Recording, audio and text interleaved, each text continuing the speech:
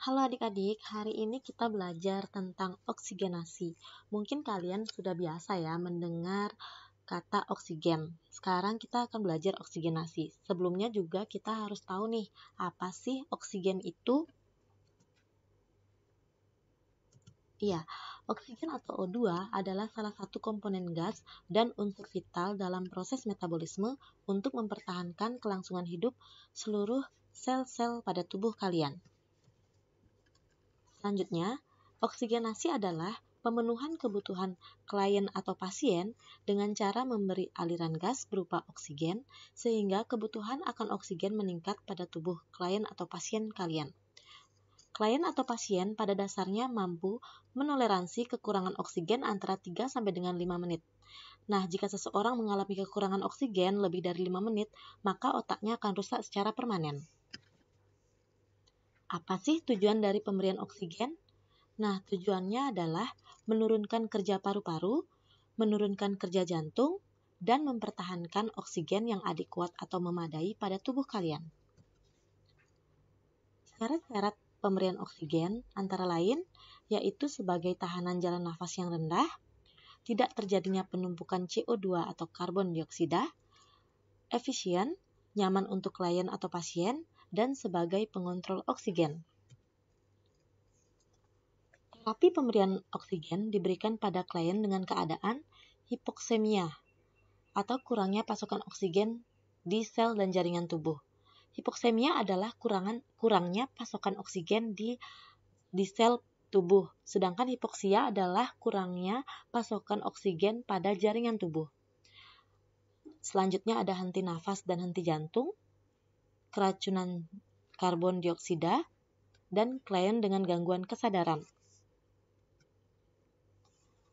Faktor-faktor yang mempengaruhi kebutuhan oksigen antara lain ada faktor lingkungan dan faktor perilaku.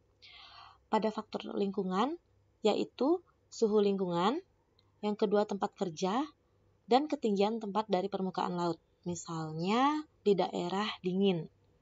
Selanjutnya, faktor perilaku itu ada exercise atau latihan fisik yang menyebabkan peningkatan oksigen, dan merokok atau nikotin yang menyebabkan vasokonstriksi atau kontraksi pembuluh darah perifer dan koroner. Ada juga faktor perkembangan dan faktor fisiologis. Pada faktor perkembangan itu, misalnya pada dewasa tua, disebabkan oleh adanya proses penuaan yang mengakibatkan arteriosklerosis, atau disebut juga penumpukan lemak kolesterol di dinding arteri, dan ekspansi paru menurun. Selanjutnya, pada anak usia sekolah dan remaja, risiko infeksi saluran pernafasan pada orang yang merokok. Selanjutnya ada faktor fisiologis, yaitu kondisi yang mempengaruhi pergerakan dinding dada, seperti pada kehamilan, obesitas, dan penyakit kronis seperti TB paru. Ada juga hipovolemia, atau disebut juga dengan penurunan volume darah, karena kehilangan darah maupun cairan tubuh, sehingga tekanan darah kalian menurun dan transport O2 terganggu, atau transport oksigen terganggu.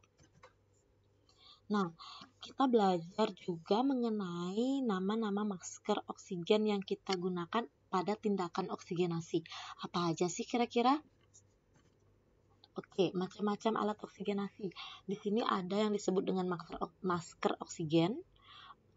Selanjutnya ada nasal kanula atau bisa disebut juga binasal kanula.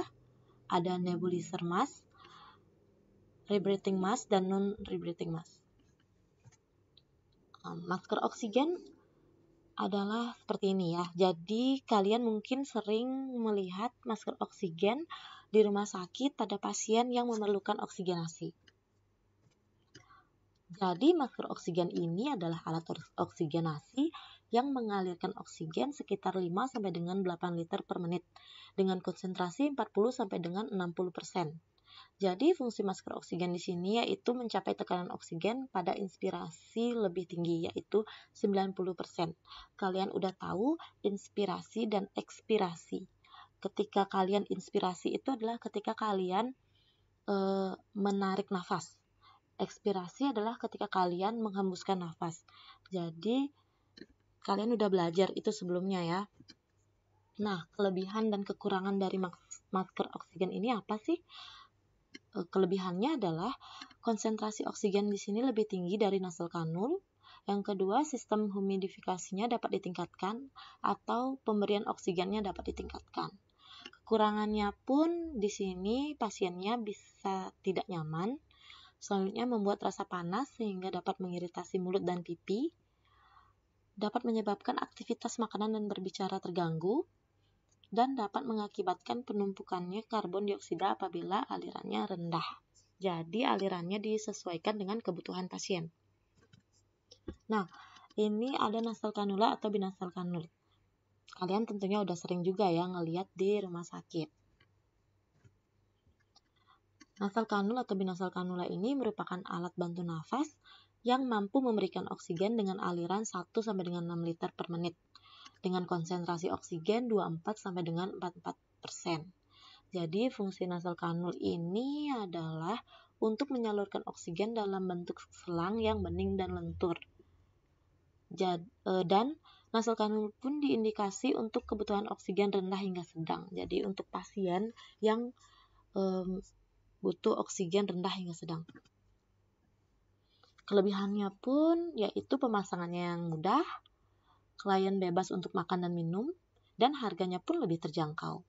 Kekurangannya yaitu mudah terlepas, tidak mampu memberikan konsentrasi oksigen lebih dari 44%, suplai oksigen berkurang jika klien bernapas lewat mulut dan mengiritasi selaput lendir, dan dapat ya mengiritasi selaput lendir karena dipasang di hidung. Nah, ini ada nebulizer mask.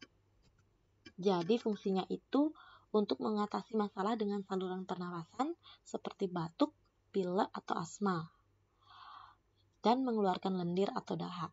Pengobatannya melalui nebulizer ini lebih efektif daripada obat-obat yang diminum karena langsung dihirup masuk ke paru-paru sehingga dosis yang digunakan lebih kecil dan otomatis lebih aman. Iya, biasanya obat yang digunakan pada nebulizer itu ya adalah Ventolin ya.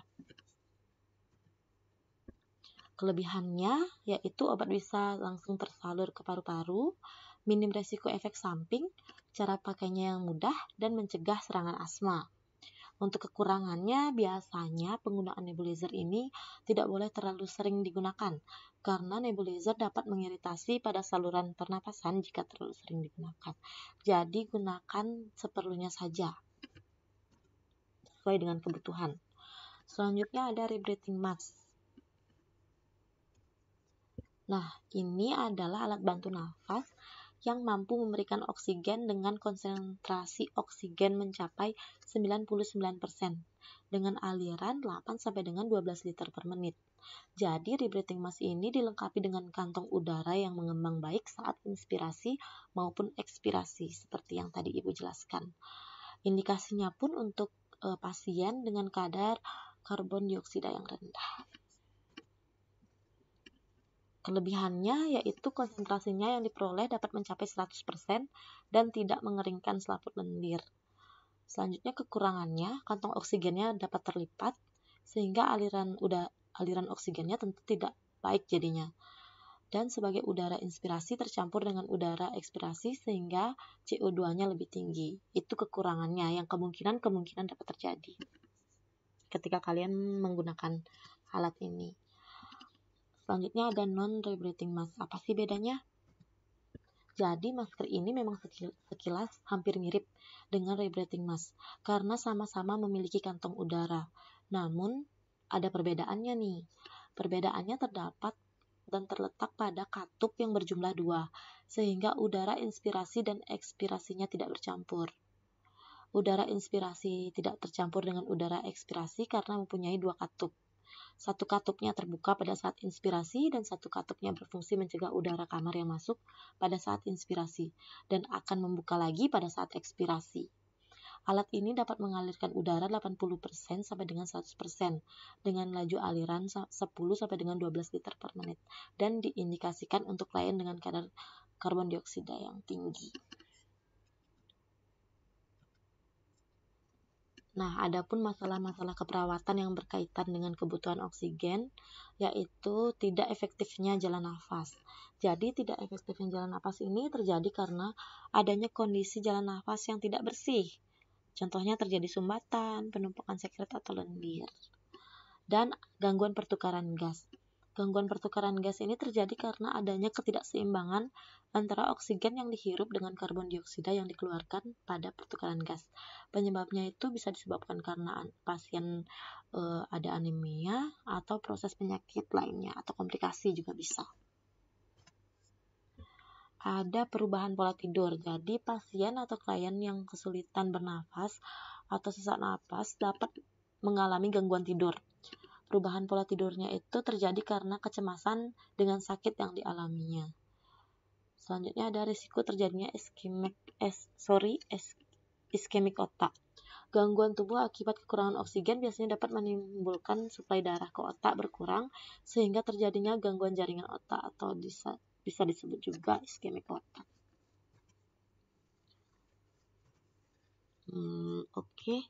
Ibu akan menjelaskan juga oksigenasi pasien juga perlu dikaji ya. Misalnya pasiennya mengalami anoksia. Anoksia itu suatu keadaan tidak adanya jumlah oksigen dalam jaringan. Tadi juga Ibu sudah jelaskan mengenai hipoksemia, yaitu rendahnya tingkat oksigen dalam darah.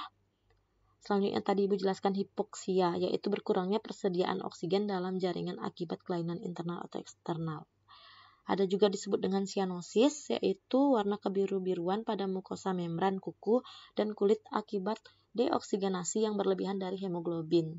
Oke, sekian video dari Ibu. Mungkin kalian bisa mempelajari lagi atau ada yang bisa ditanyakan, bisa langsung aja chat personal Ibu ya, apabila ada pertanyaan-pertanyaan atau materi hari ini kurang jelas. Terima kasih.